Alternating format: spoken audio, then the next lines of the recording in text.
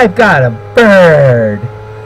He doesn't have a bird. I have a bird. He did not move his fat ass. No, there's one. It's pinned down. It's struggling. He's in the same spot. No, it's only right here. Look, I'm gonna slice into it. It's supposed to be a chainsaw. It's the sound of a cartoon villain as he... It's a chainsaw, damn it. Can't you hear the chainsaw? Alright, we need to read this. Oh.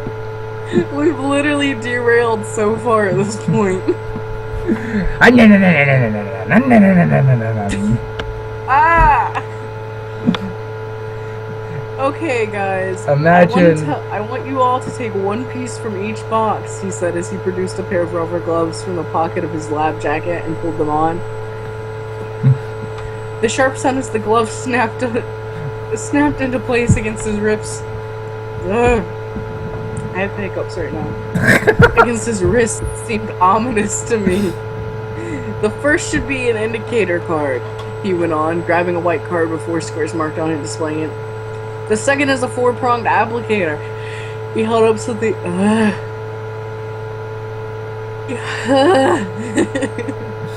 He held up something that looked like a nearly toothless hairpick. And the third is a sterile micro lancet. He held up a small piece of blue plastic and split it open. The barb was visible from this distance, but my stomach flipped. I'll be coming around out of water to prepare your cards, so please don't start till I get to you. He began at Mike's table again, carefully putting a drop of water in each of the 4 squares. Then I want you to carefully prick your finger with the lancet. Grab Mike's hands and jab this. He jabbed the spike into the tip of Mike's middle finger. You make it sound like he's like literally shanking Mike in the finger.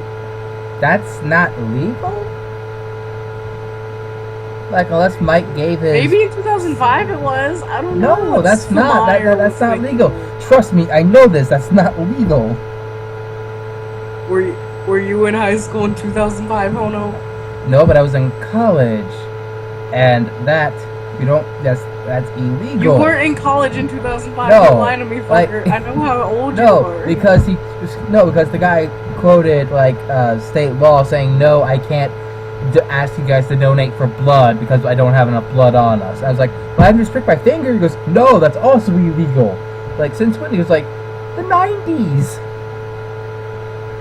I was going, oh. Well, in the middle in Forks, it's apparently legal. Oh no. Oh no. Oh no. Broke out across my forehead. Put a small drop of blood on each of the prongs, he demonstrated, squeezing Mike's finger till the blood flowed. Was it not flowing already? I swallowed convulsively. My stomach heaving. My stomach heaving. And then apply it to the card, he finished, holding up the dripping red card for us to see. I closed my eyes, trying to hear through the ringing in my ear. The ringing in my ears. Fear blood. The Red Cross is having a blood drive in Port Angeles next weekend, so I thought you should all know your blood type. He sounded proud of himself. Those of you who aren't 18 yet will need parents' permission. I have slips at my desk. He continued through the room with his water drops. I put my cheek against the cool black tabletop and tried to hold onto my consciousness. All around me I could hear squeals, complaints, and giggles as my classmates skewered their fingers. Those who giggled, they are my friends. Like, ooh, blood, ooh, yes. I breathed slowly in and out through my mouth. Bella, are you alright? Mr. Banner asked. His voice was close to my head and it sounded alarmed. I already know what blood type. Oh no, I'm reading Bella, stop it. No, but this is too whiny for you. You can't pull off this level of whine. I think I can. No, it's a level of whining you will never achieve in your life. No. I think I can do it. I've heard you whine. You ain't gonna top Bella ever. And you think you do? My blood type doesn't matter. Bro, I can do much worse. Oh, it's fine. Did you not hear me cry about fucking XCOM earlier? Yes, and that was hilarious. Exactly. Mainly because I was causing you immense emotional pain. It wasn't really immense emotional pain. I kind of fell asleep during you doing it, so. Well, like, the were dude, lizards are coming recording, I back. was like, ah. Well, Himi, the were lizards are coming. Oh, no. The were lizards.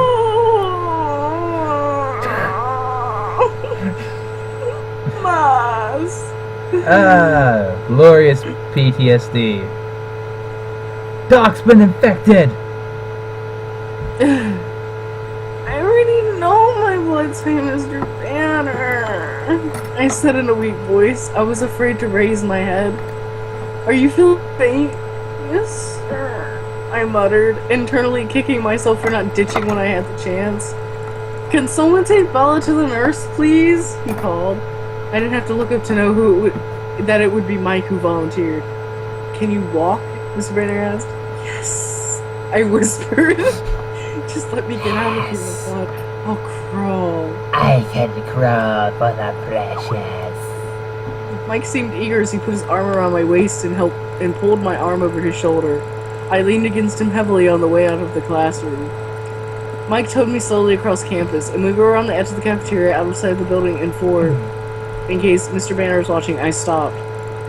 Just let me sit for a minute, please, I begged. He helped me sit on the edge of the walk.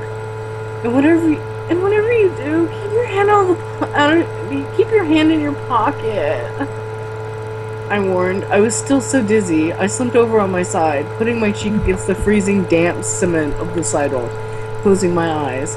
That seemed to help a little. Wow, you're green, Bella, Mike said nervously. Stupid bitch, what are you doing here? Different voice called from the distance. No, please let me be imagining that horribly familiar voice. What's wrong? She loses a lot of blood. I wasn't there. His voice is closer now, and he sounded vaguely amused. I wasn't imagining it. I squeezed my eyes shut, hoping to die, or at the very least, not to throw up. Mike seemed stressed. I think she fainted. I don't know what happened. She didn't even stick her finger. Stupid bitch. Edward's voice was right beside me, relieved and slightly annoyed now. Can you hear me? No! Oh god, she's empty. I groaned. Oh, wait! 5 more minutes! He chuckled. I was taking her to the nurse. Explaining in tone. But she wouldn't go any further. Well, I can take her for reasons. You can go back now. Edward said. I could hear the smile in his voice. No, Mike protested. I'm supposed to do it. Suddenly the sidewalk disappeared from beneath me. My eyes flew open in shock. Edward scooped me up in his arms as easy if I weighed 10 pounds instead of 110. This bitch is 5'6" and weighs 110 pounds. Please eat a fucking sandwich. Eat a steak sandwich. Put me down. Please, let me not vomit on him.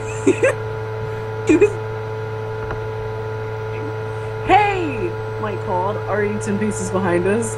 Edward ignored him. You look like roadkill. He told me, grinning. Put me back on the sidewalk! I moaned. The rocky movement of his walk was not helping. He held me away from his body, gingerly, supporting all my weight with just his arms. It didn't seem to bother him. So, you are so pathetic that you faint at the sight of blood. This will make killing you so much easier. He asked. This seemed to entertain him greatly. I didn't answer. My eyes again and fought the nausea with all of my strength, clamping my lips together. And not even your own blood. I just to kill all your friends and you fall over. He continued, enjoying himself. I don't know how he opened the door while carrying me, but it was suddenly warm, so I knew we were inside. Oh my! I heard a female voice gasp. She, fainted in biology. Edward explained. I opened my eye. I was in the office, and Edward was striding past the front counter towards the nurse's door. Miss Cope, the redheaded front office receptionist, ran ahead of him to hold it open. The grandmotherly nurse looked up from a novel, astonished, as Edward swung me into the room and placed me gently on the crackly paper that covered the. Whoa! It's called wax paper, Bella. It's fucking called wax paper, or better, sheet paper. Literally. Bionicle. He then moved to stand against the wall as far across the narrow room as possible. His eyes were bright, excited. Oh, she's just a little faint. The blood typing biology. My favorite activity. For no reason. He reassured the startled nurse. The nurse nodded sagely. There's always one. He muffled a snicker. Just lie down for a minute, honey. It'll pass. In fact, let me go get my raisins. Raisins? I know, I sighed. The nausea was already fading. Does this happen a lot, honey? Do you want any cranberries? She asked. Sometimes, I admitted. Edward coughed to hide another laugh. You can go back to class now, she told him. I'm going to stay here. If you try to move me, I'll rip your arms off. He said in such an assured authority that, even though she pursed her lips, the nurse didn't argue it further. I'll go get you some ice for your forehead, dear, and some cranberries, she said to me, and then bustled out of the room. You're right, I moaned, letting my eyes closed. Finally, you noticed. But wait, are we still going on about me being dangerous or something else? Stupid bitch. Ditching really is healthy. I practiced breathing evenly. You scared me for a minute there. I thought I wouldn't get a full deal when I ate you. He admitted after a pause. His tone made it sound like he was confessing a humiliating weakness. I thought that kid was gonna bury you in the woods. I was gonna dig you up and, jack off to it, but I figured it wasn't happen. I still had my eyes closed, but I was feeling more normal every minute. Honestly, I can say that I have seen corpses with better color. They weren't as delicious as you'd think. But, I was thinking I was gonna get a free meal from the kid there. You owe me. Oh, Mike, I bet he's mad. Oh, he hates me. He said cheerfully. You can't know that, I argued. But then I wondered suddenly if he could. I did happen to see his face. You did not. How did you see me? I thought you were ditching. I was almost fine now, although the queasiness would probably pass faster if I'd eaten something for lunch. On the other hand, maybe it was lucky my stomach was empty. Oh, I was in my car, listening to a CD, thinking not about killing everybody in the school. Such a normal response. It surprised me. I heard the door and opened my eyes to see the nurse with a cold compress and cranberries in her hand. There you go, dear. She laid it across my forehead and dumped cranberries across my face. You're looking better. Make sure you eat the cranberries, she added. I think I'm fine, I said, sitting up. Just a little ringing in my ears, no spinning. The mint green walls stayed where they should. I could see she was about to make me lie back down, but the door opened just then and Miss Coop stuck her head in. You got another one, she warned. I hopped down to free up the cot for the next invalid. Bionicle. Bella is a very... If Bella was applying that to herself, I would agree. I handed the compress back to the nurse. Like, here, I don't need this. And Mike staggered through the door, now supporting a sallow-looking Lee Stevens, another boy in our biology class. Edward and I drew back against the wall to give them room. Oh boy. Edward muttered. You might want to, leave. It'll ruin my jacket if you don't. I looked up at him, bewildered. I spun and caught the door before it closed, darting out of the infirmary. He had Phil Edward right behind me. Well, you actually listened. You just earned friendship points. Now go get me a sandwich. He was stunned. I smelled the blood, I said, wrinkling my nose. But he wasn't sick from watching other people like me. Well, you know, people... Well, actually, yeah, they can smell it. It smells like rust and sea salt. Not that I would know. Bye! Seemed to confirm but contradict what I said at the same time in a really confusing manner.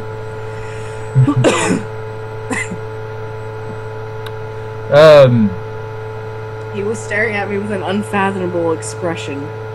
What? He asked. Oh, it's nothing, just very hungry. Very hungry. Mike came through the door then, glancing from me to Edward. The look he gave Edward confirmed what Edward had said about loathing. He looked back at me, his eyes glum. You look better, he accused. Just keep your hand in your pocket, I warned him again. What does that mean? It means don't try to touch me as I'm in a defensive position. Then really, you're gonna put your arms around me, we're gonna get close, and then it's gonna come. The back of the van. The place all mothers fear.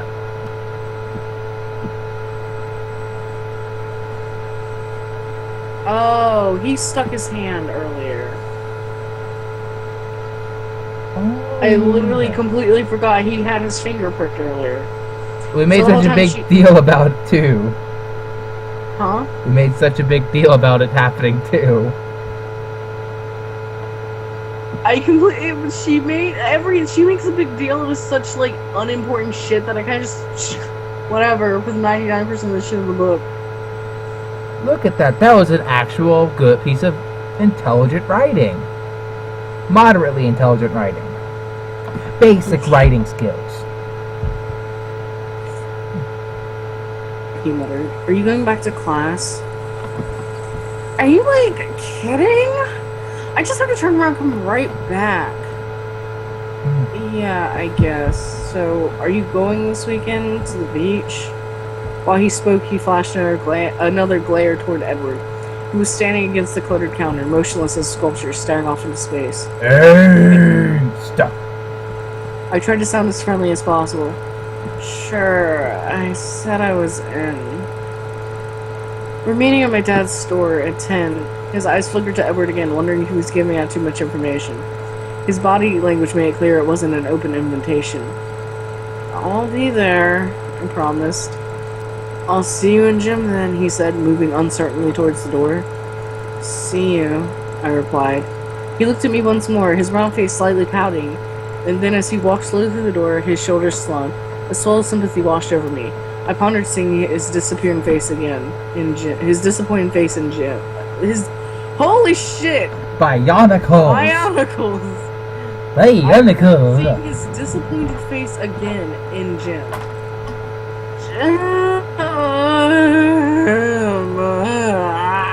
I groaned.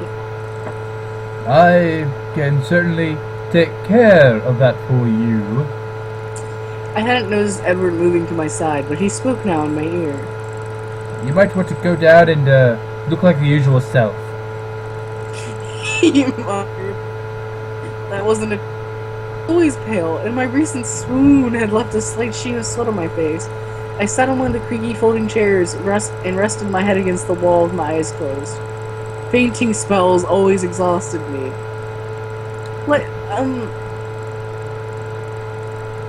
What? Does she just have these often? I guess. She's even more pathetic than we thought. Edward speaking softly at the counter. Hey, old beanbag. Yes? Oh, you know. Looking especially pale right now, young man. Maybe some raisins? Sure, why not? I'll feed him to a mouse. Yeah, so, she over there, her, that thing, she is Jim. I don't think she feels well enough for that. Or anything else, actually. I'm gonna take her now. Bye. His voice is like melting honey in grating steel.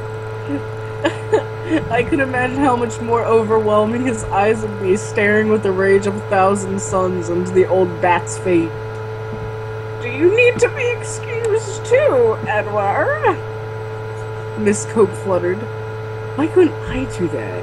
Well, leaving now. Bye. Okay, it's all been taken care of. You feel better, Bella? She called to me. I nodded weakly, hamming it up just a bit. Remember, Bella, eat the cranberries I gave you. Yep, I'm putting you on my shoulder now. Whoop! With his back to the receptionist, his expression became sarcastic. I could walk, Edward. Nope, you're on the shoulder. I struggled, trying to stand carefully, trying to tell him I was fine. Instead, he pushed the door out in front of me. I looked up and could see the smile. I could see his.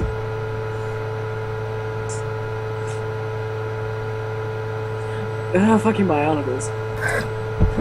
He toted me out into the cold, the fine mist that had just begun to fall. It felt nice, the first time I enjoyed the constant moisture falling out of the sky, as it washed my face clean of the sticky perspiration. Thanks, I said, as he carried me out. It's almost worth getting sick to miss Jem. Yeah, sure, that's why I did this. Hey, I got a van. He was staring straight forward, squinting into the rain. So, are you going this Saturday, I mean? I was hoping he would, though it seemed unlikely. I couldn't picture him loading up to carpool with the rest of the kids from school. He didn't belong in the same world. I was just hoping that he might give me the first twinge of enthusiasm I felt for the outing. Where are you going? He was looking ahead, expressionless. Down to La Push, to First Beach. I studied his face, trying to read it. His eyes seemed to narrow infinitesimally. Bionicles and thesaurus rape. He glanced down at me from the corner of his eye, smiling wryly. Well, no. Not invited. I sighed. I just invited you. Well, not that I don't want to strangle Mike, but, no. Oh god, this fucking Nixon is his bionicles. His eyes danced. He was enjoying this idea more than he should. Mike's Mike, I muttered, preoccupied by the way he just said you and I. I liked it more than I should. I didn't even say you and I. Huh? I didn't even say the part of you and I. Shh. The way he denied coming made me more excited. Thank you. That sounds really weird out of context. And that is how it's beautiful. Stop! We were near the parking lot now. I veered left toward my truck. Something caught my jacket, yanking me back. Where exactly did you think you were headed? He asked, outraged. He was gripping a fistful of my jacket in one hand. You are the dog. You stay. I was confused. I'm like going home. Didn't you read? It probably should take you home safely or something. Whatever. Back on the shoulder. His tone was still indignant as he tossed me over his shoulder. What condition? What about my truck? I complained. I let my bitch sister drop it off after school. I think you'll like her. You're both bitches. He was moving towards his car now, pulling and holding me by my jacket upon his shoulder. It was all I could do. It was all I could do to keep from falling backwards. He'd probably just drag me along anyway if I did. Let go! I insisted. He ignored me, staggering along sideways across the wet sidewalk until we reached the Volvo. Then he finally freed me, letting me down. I stumbled against the passenger door. "You're so pushy," I grumbled. It's open! Was all he responded. He got on the driver's side. I am perfectly capable of driving myself home. I stood by the car, fuming. It was raining harder now, and I'd never put my hood up, so my hair was dripping down my back. Yes, her physical hair is literally dripping. Hair drops down her back. Beautiful. He lowered the automatic window and leaned towards me across the seat. Just do yourself a favor. Don't think and hurt yourself and get in. I didn't answer. I was mentally calculating my chances of reaching the truck before he could catch me. I had to admit, they weren't good. You know, I'll just drag you back in here and tie you to the chair. He threatened, guessing my plan. Oh wait, actually, dude, go try to go away. That'd be more fun. I tried to maintain what dignity I could as I got into his car. I was very successful. I looked like a half-drawn cat. And my boots squeaked. This is completely unnecessary, I said stiffly. Of course it is. He fiddled with the controls, turning the heater up and the music down as he pulled out of the parking lot. I was preparing to give him the silent treatment, my face in full pout mode, but then I recognized the music playing. And the curiosity got the better of my intentions. Claire de Lune? I asked, surprised. You knew the pussy? You have a brain? He sounded surprised too. Not well, I admitted. My mother plays a lot of classical music around the house, and I only know my favorites. Well, that's wonderful. Changing the track. He stared out through the rain, almost lost in thought at the sudden joy of denying me the music I liked. I struggled to listen to this new, random hip-hop and pop song, trying in vain and struggling to relax against the light gray leather seat. It was impossible to relax against the unfamiliar screeching melody of this new music. The rain blurred everything outside the window into gray and green smudges.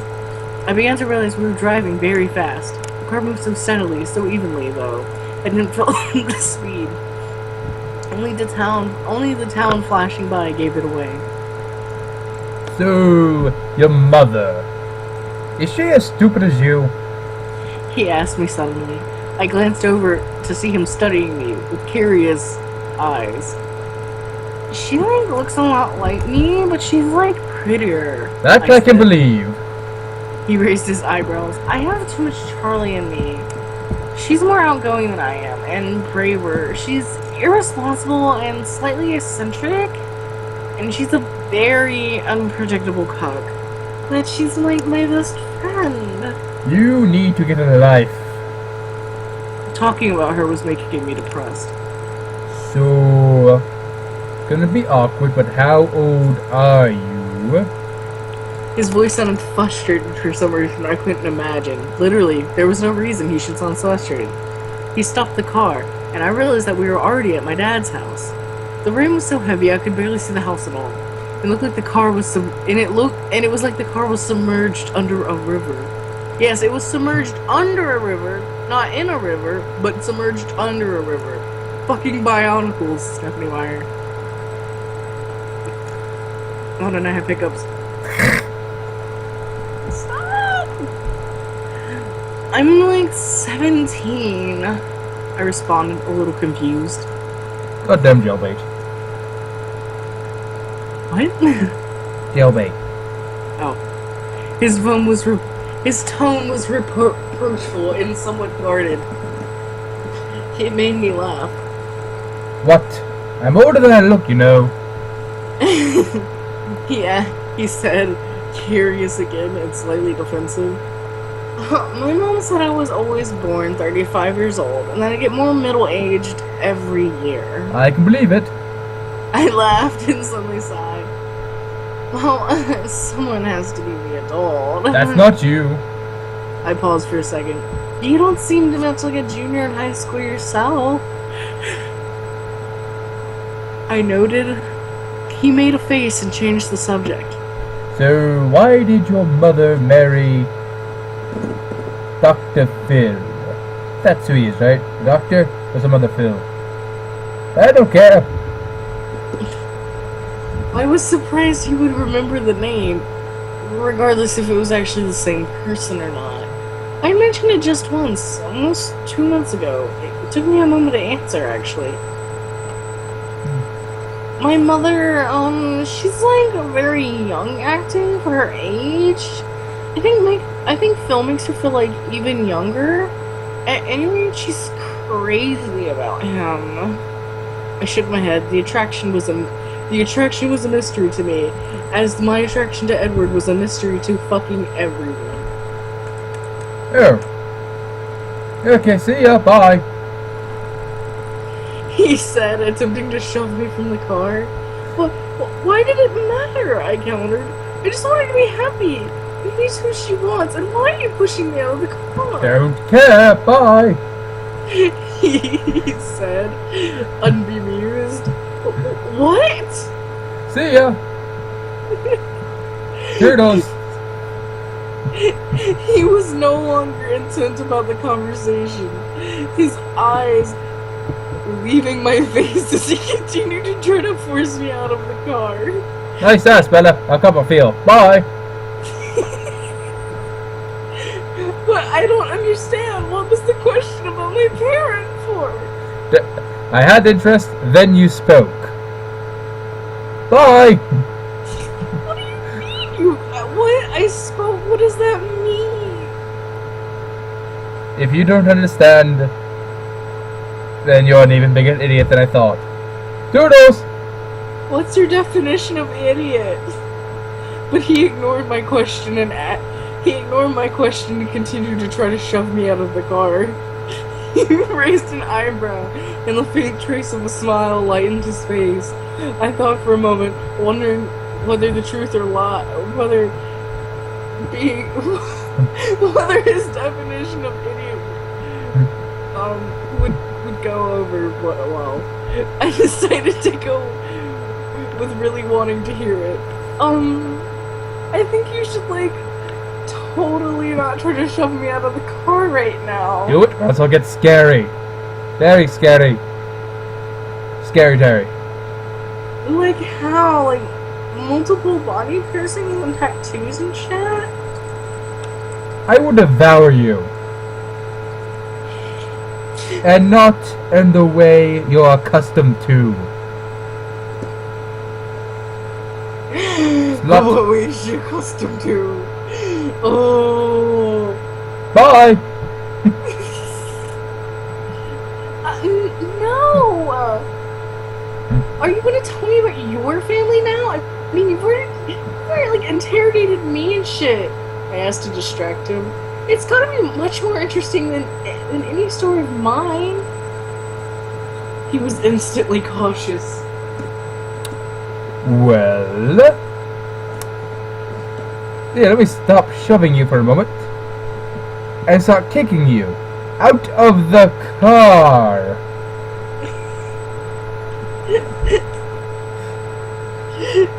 Did the Cullens adopt you? I asked. Yes, there's basic information. Out of car. What happened to your parents? They dead. They dead like a bitch. Like you'll be. Move. I'm sorry. You should be. This is real leather.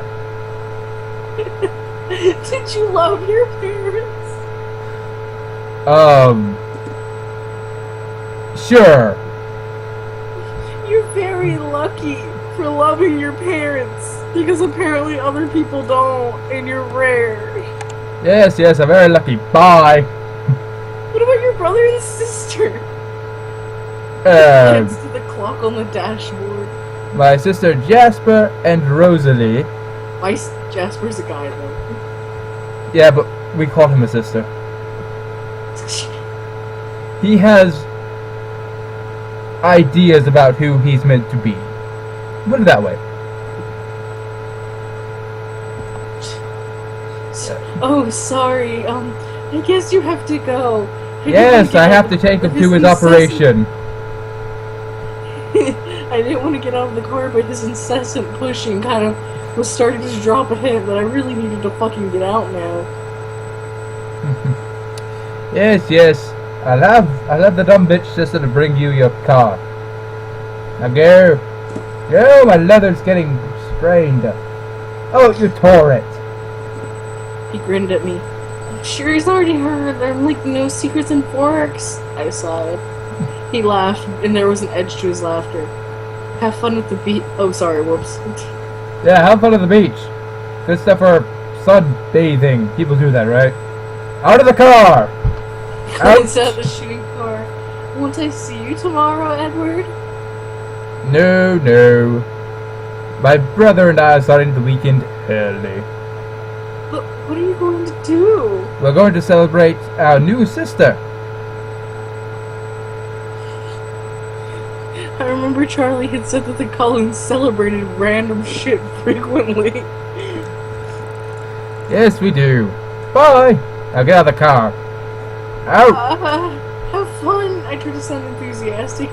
I don't think I fooled him though. The smile was playing around the edges of his lips. Well... Bye. He turned to look me straight in the face, utilizing the full power of his burning golden eyes. I nodded helplessly as I opened the door and backed out of the car.